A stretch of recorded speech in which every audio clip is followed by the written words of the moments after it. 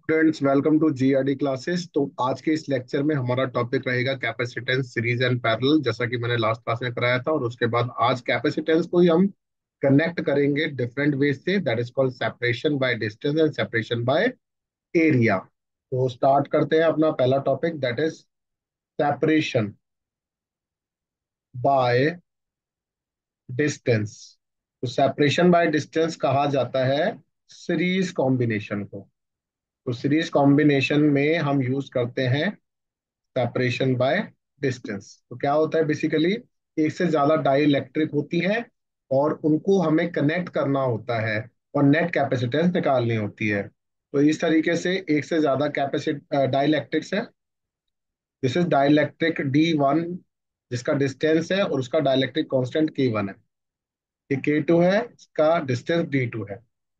इनको separation by distance क्यों कहा जाता है? इनको सेपरेशन बाय डिस्टेंस इसलिए कहा जाता है, जिन प्लेट्स के बीच में ये डाइलेक्ट्रिक को इंसर्ट किया जाएगा तो इनका टोटल डिस्टेंस डी है। अब डाइलेक्ट्रिक की अरेंजमेंट इस तरीके से रखी गई है कि ये सीरीज कॉम्बिनेशन में नजर आए और इनका डिस्टेंस जो है वो डिवाइड होता चला जाए। ठीक है। तो ऐसी separation that is called series, ऐसी separation this is called parallel, याद रखने के लिए। तो अगर ये सीरीज कॉम्बिनेशन है तो यहाँ पर सी नेट जो हो जाएगा वो 1/C नेट होगा। You can say 1/C1 plus 1/C2। इसके बाद 1/C नेट जो होगा, दैट इज के A epsilon not by D होता है, आपको पता है। तो K1 A epsilon not by D1 use करेंगे। यहाँ पर K2 A epsilon not by D2 use करेंगे। एरिया भी हमने यहाँ पर कांस्टेंट रखा है और डिस्टेंस के थ्रू डिवाइड हुआ है तो सेपरेशन बाय डिस्टेंस बनाए। अब डी वाला पार्ट आपका न्यूमरेटर में चला जाएगा। You can write 1/C net equals to D1 upon K1 A epsilon not plus D2 upon K A epsilon not. अब यहां से आप 1/A एप्सिलॉन नॉट कॉमन ले लेंगे। You can right D1/K1 plus D2/K2। Clear? अब वो ये कहता है कि यहाँ पर by chance distance equally separate है, तब क्या होगा जरा देखते हैं। तो कहता है कि 1/C नेट जो है अभी हमारा निकल के आया है A epsilon not D1/K1 plus D2/K2। Okay. अब वो कह रहा है कि इफ D1 और D2 D/2 हो जाए, इक्वली सेपरेट है, तो we can write 1/C net equals to 1/A epsilon not D/2 K1 plus D/2 K2 बन जाएगा। अगर यहां तक बनता है तो 1/C नेट, आपने D कॉमन ले लिया, अपॉन A एप्सिलॉन नॉट 2 बाहर आ गया, तो K1 plus K2 divided by K1 K2 LCM हो गया।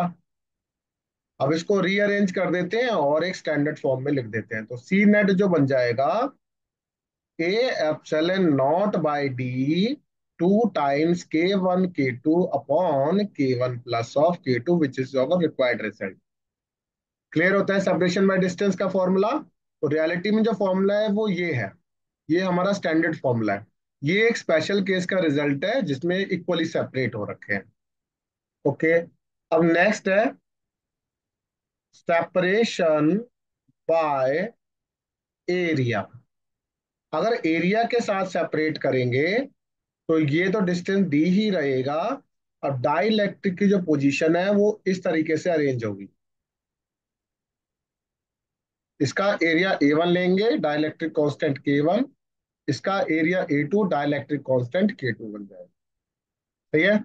अगर इस तरीके से बन जाएगा तो अब लिखते हैं सेपरेशन बाय एरिया इस तरीके से अरेंज है, and you know that capacitor इस तरीके से अरेंज होते हैं, तो हमने उनको क्या माना है, पैरेलल कॉम्बिनेशन। बट यहाँ एक इंपॉर्टेंट चीज है, separation by distance, separation by area.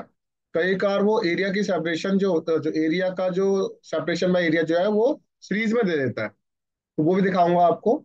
ये है पैरेलल कॉम्बिनेशन। तो पैरेलल कॉम्बिनेशन क्या होता है? तो सीपी जो बन जाएगा, C1 प्लस ऑफ C2 बन जाएगा। ठीक है। तो you can write K1 A1 epsilon not by D plus K2 A2 epsilon not by D बन जाएगा। यहां से हम क्या कॉमन निकाल सकते हैं, एप्सिलॉन नॉट बाई डी। ये बन जाएगा A1 K1 plus A2 K2। Clear? ये आ गया सीपी, ये मेरा एक स्टैंडर्ड फॉर्मूला निकल के आ गया। अब वो स्पेशल केस कहता है, इफ एरिया इक्वली डिवाइडेड है that equals to A/2। A/2, नीचे भी A/2। ये A/3 A/3 A/3 भी हो सकता है, ऐसा कुछ नहीं कि हमेशा A/2 ही होगा।